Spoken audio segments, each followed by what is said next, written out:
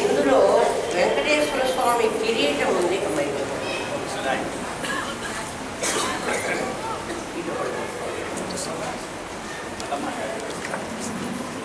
ఇక్కడ వెంకటేశ్వర స్వామి కిరీటం ఉంది.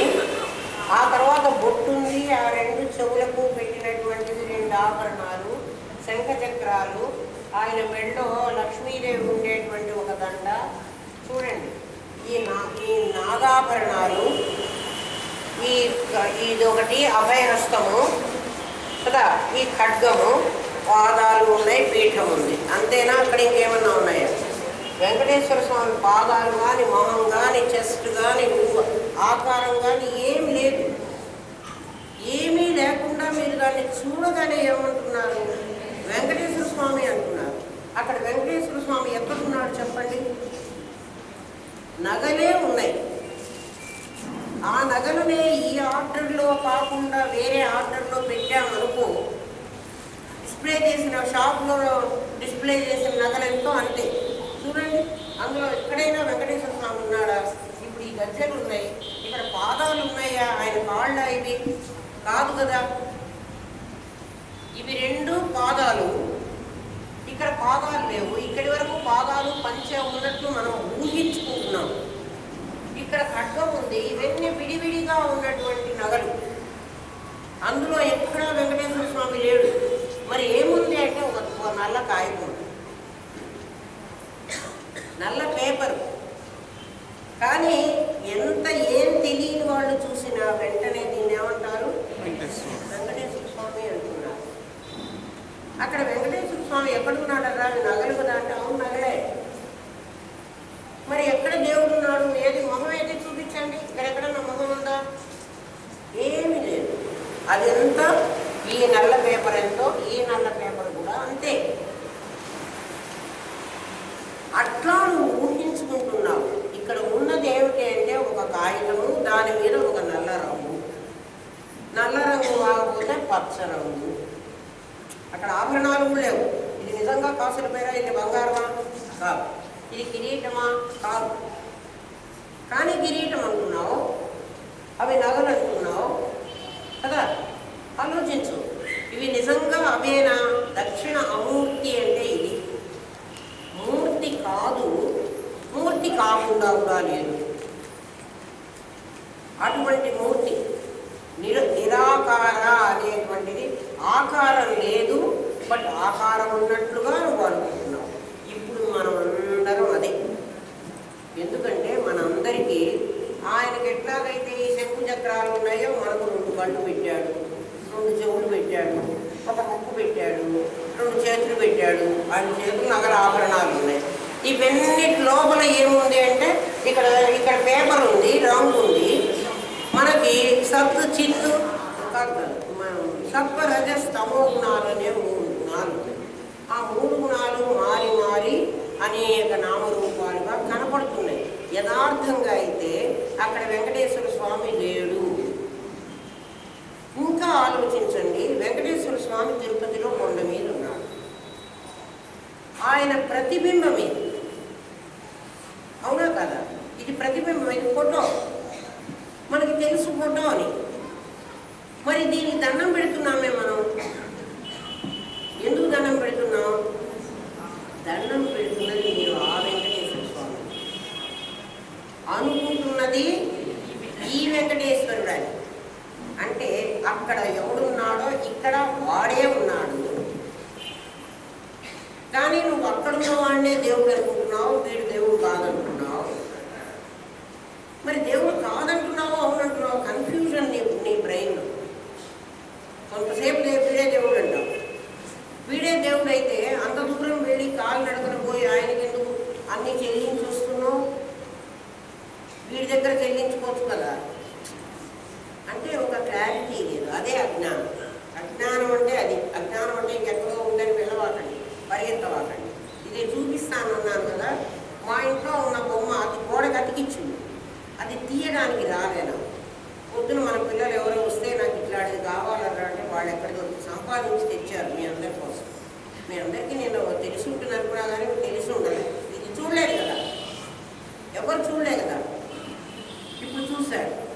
ప్రపంచమంతా ప్రపంచం ఉంది అని మనం అంటున్నామే. కుక్కలు, పిల్లులు, నక్కలు, కోతులు అన్ని రకాలు ఉన్నాయి అని మనం అనుకుంటున్నామే.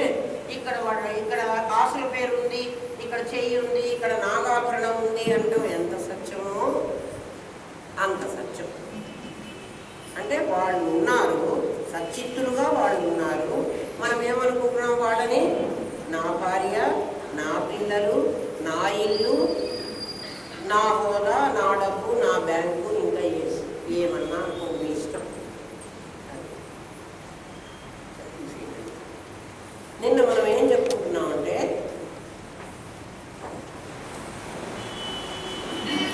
చతుషష్ఠుపచారాఢ్య చతుషష్ఠి కళామయీ అని చెప్పుకున్నాం. చతుషష్ఠి ఉపచారాఢ్య షష్ఠీ కాదు, చతుషష్ఠి ఉపచారములు అవి చెప్పాను మీకు. వాడికి వినపట్టలేదు. అదిగో నాన్న అమ్మవారు, అది కూడా అమ్మవారి పేరు. చతుషష్ఠి ఉపచారాల్లో సమయాచారము, వామాచారము అని 2 ఆచారాలు ఉన్నాయనుకున్నాం. ఒక దాంట్లో మద్యము, మాంసము, మైథునము, మత్స్యము, ముద్ర అనేటువంటి 5 పంచమకారాలు అంటారు. అది క్షుద్రదేవత ఉపాసన. అది చాలా అసహ్యకరమైనటువంటి డామరాలు, యామడాలు, ఆగమాలు అనే పేరుతో 64 రకాలైనటువంటి దాన్ని ప్రదర్శిస్తూ వాళ్ళు అది నేర్చుకుంటారు. అందులో 1 or 2 మీకు చూపెట్టాలంటే, సినిమాలలో ఎప్పుడైనా సరే ఒక కాపాలికుడు, శంకరాచార్య సినిమాలో కాపాలికుడు వచ్చి ఆ అమ్మవారి దగ్గర డోళ్ళు డబ్బులు వాయించుకుంటూ ఒక భీకరమైన నాట్యం చేస్తారు. కోయ నాట్యమో అట్లాంటిది. అలాంటిది ఇందులో ఒకటి. అట్లాంటివి చేస్తారు చూడండి. ఎవరినన్నా బలి ఇచ్చేటప్పుడు అటువంటి నాట్యాలు చేస్తారు వాళ్ళు. మాంసము, మద్యము అలాంటివన్నీ తాగుతారు. వాళ్ళకి ఆ వామాచార పద్ధతిలో, అందుకని దాన్ని వామాచారం అన్నారు. సమయాచార తత్పర, అమ్మవారు సమయాచారం కానీ వామాచారం కాదు. దాన్ని ఆవిడ ఇష్టపడదు. మరి అది ఎక్కడి నుంచి వచ్చిందో, ఎలా వచ్చిందో, ఉపాసనా పద్ధతిలో అది మార్గం వచ్చింది. అది ఈ రోజుకి కూడా కేరళలో అలాంటివి చేస్తారు, బెంగాల్లో అలాంటివి చేస్తారు. ఇంకా ఎక్కడైనా ఉందేమో మరి నాకు తెలియదు. నాకు తెలిసినంతలో ఈ 2 రాష్ట్రాల్లో ఈ రోజు కూడా అలాంటి ఉపాసనలు జరుగుతున్నాయి. దాంట్లోకే వస్తాయి చాకపడులు, ఇంకా అలాంటివన్నీ బాణామల్లులు, అవన్నీ కూడా అందులోకి వస్తాయి. చతుషష్ఠి ఉపచారాలు ఉన్నాయి. అవి కావు షోడశోపచారాలు. స్థూల రూపానికి, సూక్ష్మ రూపానికి, పరరూపంలో సూక్ష్మతర, సూక్ష్మతమ అనేటువంటి 2 రూపాలు, మొత్తం 4, 16 4 64 చతుషష్ఠి ఉపచారములు అవి. చతుషష్ఠి కళామయి, చతుషష్ఠి కళలు 64 కళలు ఉన్నాయి. కళలలో చౌర్యం కూడా ఒక కళ. చౌర్యం అంటే దొంగతనం. దొంగతనం చేయడం కూడా ఒక కళ. ఎదుటి వాడికి తెలియకుండా దొంగతనం చేసేటువంటి ఆ దొంగతనం కేసులో, ఆ కళలో నిష్ణాతుడు ఎవరో చెప్పను? దొంగతనం కేసులో నిష్ణాతుడు, బాగా దొంగతనం చేయగలవాడు వాయుదేవుడు. పశ్యతో హరుడు అని వాడికి పేరు. పశ్యతో హరుడు అంటే మనం చూస్తుండగా దొంగతనం చేస్తాం. చూడండి, మీరు తలలో పువ్వులు పెట్టుకుని వచ్చారు, మంచి వాసన వస్తున్నాయి. నేను ఇక్కడ కూర్చున్నాను, మీ తలలో పువ్వులు మీకు తెలియకుండా, మీకు తెలిసి వాళ్ళు లాక్కోడు, ఆ వాసనంతా లాక్కుని ఆ గాలి ద్వారా తీసుకుని వచ్చి నా మొక్కలకు అందిస్తాడు. అందుకని వాడి పేరు ఏమిటి అంటే పశ్యతో హరుడు. పశ్యతో అంటే చూస్తుండగా, హరుడు దొంగతనం చేసేవాడు. అంటే దొంగతనంలో చాలా గొప్పవాడు. దొంగతనం కూడా ఒక కళ. చతుషష్ఠి కళల్లో అది కూడా ఒక కళ. చౌర్యం అంటారు దాన్ని. చౌర్యం ఒక కళ. 64 కళలు ఉన్నాయి.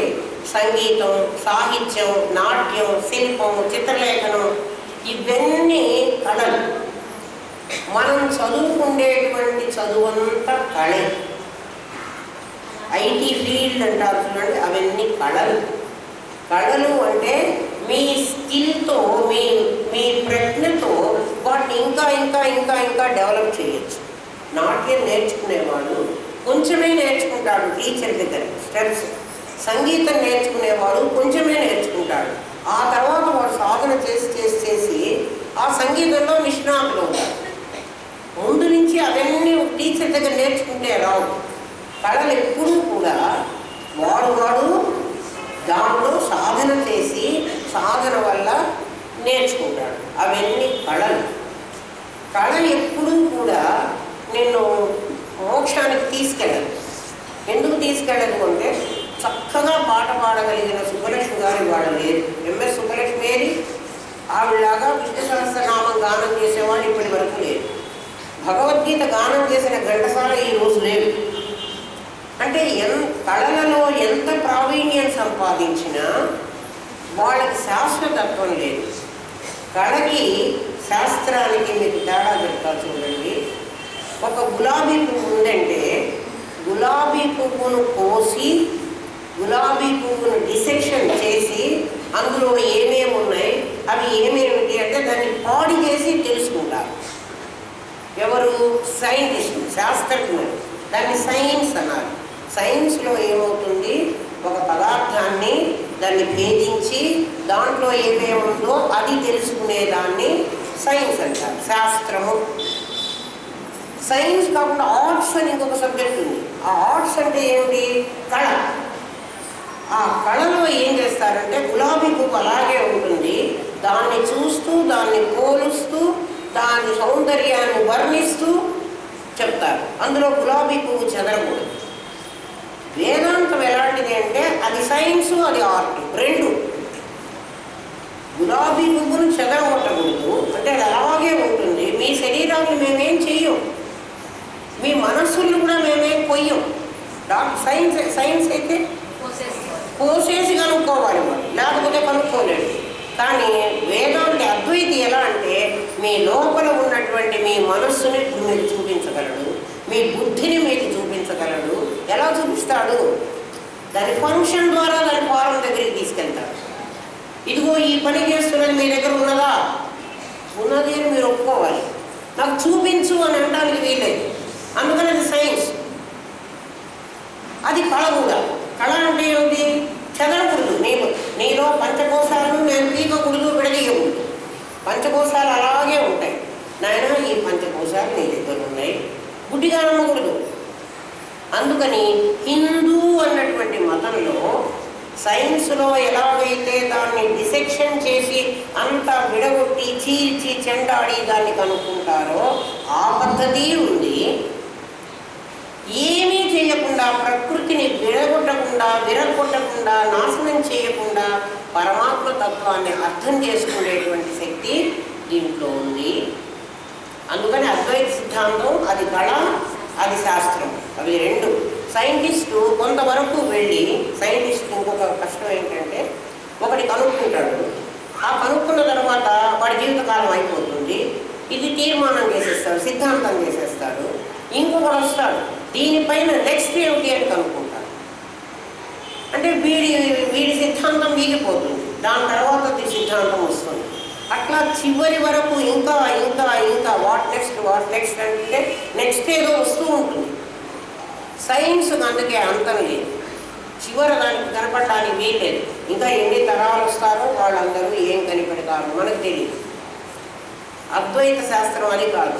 ఏది వెళ్ళి అక్కడి వరకు వెళ్ళి ఇంకా తర్వాత నెక్స్ట్ లేదు అని తిరిగి వస్తుందో అది శాస్త్రం, అది అద్వైత శాస్త్రం ఒక్కటే. మిగిలిన అవన్నీ కళలు. అందుకే మనకి చూడండి, పాఠశాల అంటే పాఠం చెప్తాడు. అక్కడ వాడిని ఉపాధ్యాయుడు అంటారు. ఉపాధ్యాయుడు అంటే స్టూడెంట్తో పాటు వీడు కూడా చదువుకోవాలి. స్టూడెంట్ ఏం చదువుతున్నాడో దాంతోపాటు వీడు కూడా చదవాలి. ఎందుకంటే వీడు చదవకుండా వాడికి చెప్పలేడు కదా, చదవాలి. ఉపాధ్యాయుడు ఎక్కడ? పాఠశాల. వీడు విద్యార్థి. అక్కడ స్టూడెంట్ పేరేమిటి? విద్యార్థి. విద్యను అడుక్కోవడానికి వచ్చాడు వాడు. వీడు ఉపాధ్యయనం చేయడానికి వచ్చాడు. వచ్చాడు, వాడితో పాటు చదువుకోవడానికి వచ్చిన వాడు ఉపాధ్యాయుడు, వాడితో పాటు విద్యను అర్థించడానికి వచ్చిన వాడు విద్యార్థి. పాఠశాల అనే ఉంటుంది చూడండి, ఎలిమెంటరీ హై స్కూల్ వరకు ఉండే స్కూళ్ళకి పాఠశాల అని పేరు. నెక్స్ట్ కళాశాల అంటాడు, అక్కడ కళలు నేర్పుతారు. కళలంటే ఇంక్లూడింగ్ సైన్స్, సైన్స్ కూడా కళే, అంటే దాన్ని విడదీశాడు విభాగం. కళ అంటే దాన్ని చీల్చకుండా తెలుసుకునేది, ఇదేమో ఛేదించి తెలుసుకునేది. అవి రెండు కళాశాలలు. ఈ రెండు కళాశాలలో అక్కడ ఉపన్యాసకుడు అంటారు, ఉపన్యాసం ఇస్తాడు వాడు. వీడేమో శిష్యుడు, విద్యార్థి. వాడు అప్పుడు కూడా ఇంకా విద్యార్థి, ఎందుకంటే వాడు ఉపన్యాసం ఇచ్చినా వీడు తెలుసుకోవాలి. ఇక ఆచార్యుడు అని ఉంటాడు, విశ్వవిద్యాలయం లెవెల్లో వాడిని ఆచార్యుడు అనాలి. ఆచరించి చూపించాలి వాడు లెక్చర్లు ఇవ్వకూడదు.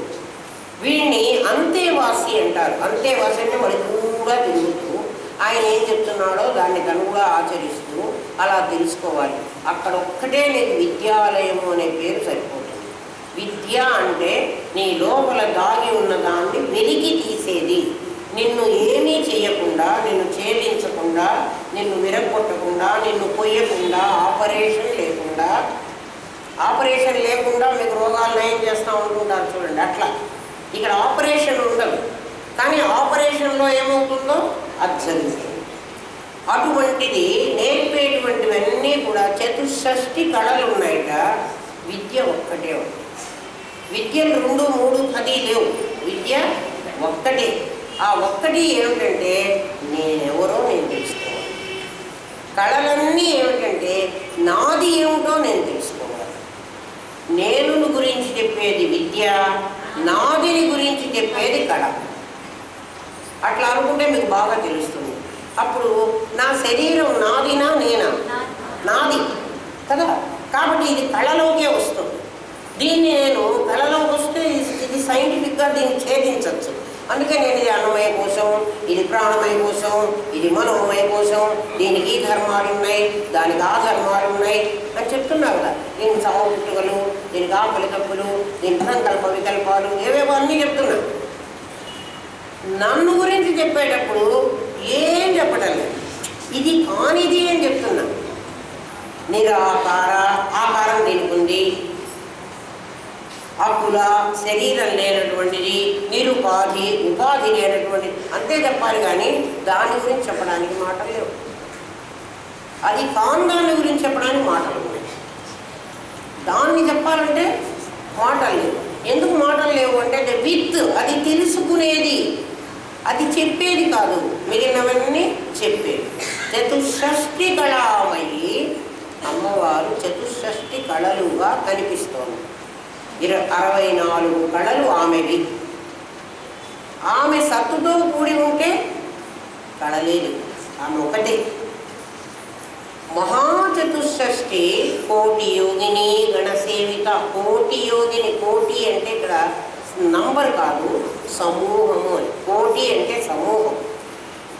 ఏం కోటి? మహాచతుషష్ఠి. ఒక 64 కాదుట, మహాచతుషష్ఠులు. ఎన్ని 64 నీ ఇష్టం.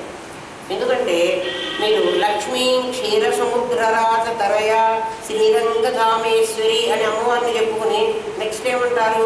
దాసి భూత సమస్త దేవ వనిత. దాసీలట. ఎవరు వాళ్ళందరూ? సమస్త దేవ వనిత. ఆ అమ్మవారిట లక్ష్మీ క్షీర సముద్రరాజ తనయ శ్రీరంగధామేశ్వరి. శ్రీరంగధాముడికి ఈశ్వరి. ఎవరామె?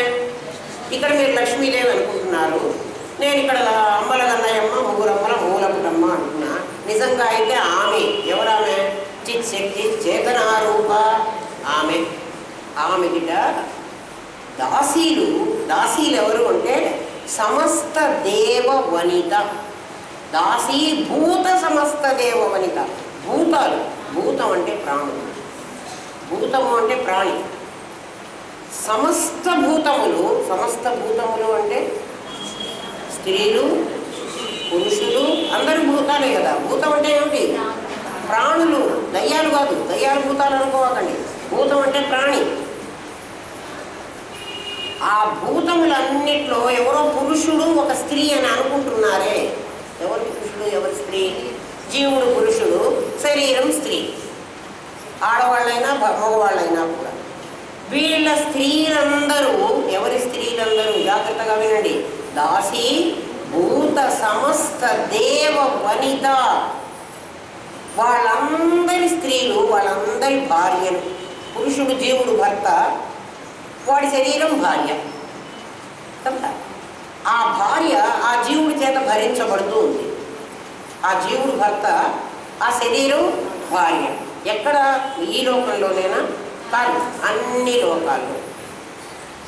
దేవలోకంలో, మరి దేవలోకంలో దేవతలు ఉన్నారు అంటే దేవతల శరీరాలు కూడా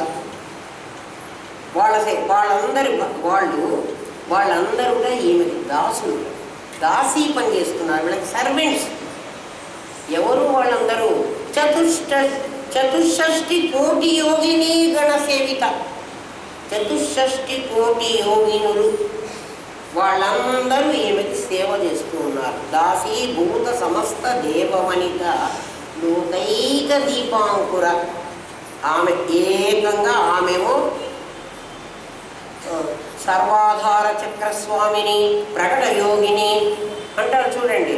అంటే అన్నీ ఆమెట. ఆమె చుట్టూ ఉన్నవాళ్ళు ఒక 64 మంది స్త్రీలు కాదుట. చతుషష్టి, మహాచతుషష్టి. చతుషష్టి అంటే 64. చతుషష్టి కోటి అంటే 64 సమూహాలు. కోట్లు అంటే కోటి అంటే నంబర్ కాదు, కోటి అంటే సమూహం. 64 సమూహాలు వాళ్ళు, గుంపులు. 64 కాదు, మహాచతుషష్టి. ఇక దానికి నంబరు ఇన్ఫినిటీ, కౌంట్లెస్. అంతమంది ఎవరో తెలిసినా మన ప్రపంచంలో మనకు తెలిసినటువంటి జరాయుజ స్వేదజ అండజ ఉద్విజ సృష్టి మొత్తం, ఆ సృష్టి మొత్తం ఆ అమ్మగారికి దాసీలు. దాసీ భూత సమస్త దేవ వనిత. ఈ పదం ఎప్పుడైనా మనకు అర్థం తెలిసిందా? ఎన్నిసార్లు మంత్రము, మరి అది చెప్పుకుంటారు కదా మంత్రపుష్పం. మీరు ఎవరు దాసి? నేను దాసి అనుకుంటున్నావా? కాదు, దేవ వనితను ఆమెకు దాసీలట. దేవతా స్త్రీలు ఆమెకి దాసీలుగా ఉన్నారు. మహాచతుషష్టి కోటి యోగిని గణసేవిత. ఇక్కడ ఈ పదానికి ఇంకొక అర్థం కూడా ఉంది. మీకు ఇంకొక అర్థం కూడా చెప్తాను, నిన్ననే చెప్పాను. ఏమిటి అంటే, పదాలన్నీ హల్లులు, అక్షరాలన్నీ అచ్చులు. అచ్చు లేకపోతే హల్లుకు ప్రాణం లేదు, అందుకని అచ్చుకు ప్రాణం అని పేరు. అచ్చు అనేటువంటి దానికి ప్రాణము అని పేరు. దాన్ని ప్రాణము అని ఎందుకన్నారంటే, మహేశ్వరుడు ఎప్పుడూ ఆయన చేతిలో ఒక డమరుకను పెట్టుకుని ఇలా తిప్పాడు. భాష లేని రోజుల్లో దానికి మహేశ్వర సూత్రాలు అంటారు. ఇట్లా తిప్పాడు ఊరికే. ఇట్లా చేతిలో డమరుక తిప్పితే ఒకసారి ఒక సౌండ్ వస్తుంది. ఆ సౌండ్లో ఐవున్ అని శబ్దం వచ్చింది. మళ్ళీ తిప్పాట, రులుక్ అని వచ్చింది. ఏ ఓంగ్ అని వచ్చింది. ఇంకొకసారి ఐ ఔచ్ 4 సార్లు తిప్పాట ఆయన ఇలా. మన ఇంటి ముందరకు బుడబుక్కల వాళ్ళు వచ్చి ఇట్లా తిప్పుతారు చూడండి. దానికి ఒక తాళ్ళు ఉంటాయి. ఆ తాడు ఆ లెదర్కి కొట్టుకుని ఒక సౌండ్ వస్తుంది. ఆ సౌండ్లన్నీ తీసుకెళ్ళి ఈ మహర్షులు కూర్చుని, ఏమిట్రా మహేశ్వరుడు మనకి ఏదో గుర్తుగా, మనకు ఏదో సైగ చేసి ఒక శబ్దాన్ని ఇచ్చాడు, ఆ శబ్దం ఏమిటి అని వాళ్ళు ఆలోచిస్తే వాళ్ళకి ఐ ఉన్ అన్న దాంట్లో మొదట ఐ ఉన్, రులుక్, ఏ ఓంగ్, ఐ ఔచ్ అన్న దాంట్లో చివరిది ఇచ్చు. ఆ ఇచ్చు చేసి అచ్చు చేసేసారు. అచ్చు అంటే అచ్చు. అవి ప్రాణాలు, మహేశ్వరుడి చేత ఇవ్వబడ్డవి ప్రాణాలు. మనం మాట్లాడుతున్నాం. ఇప్పుడు నేను ఇందా నుంచి మాట్లాడుతున్నాను కదా, నేను ఇందాకటి నుంచి మాట్లాడుతున్నాను అన్న దాంట్లో ఆ అక్షరాల్లో నేను అన్నప్పుడు నా ఏ గలిస్తే నే అవుతుంది. ఏ తీసి పారేస్తే నాకి లేదు. అప్పుడు ఈ నా అనే అక్షరము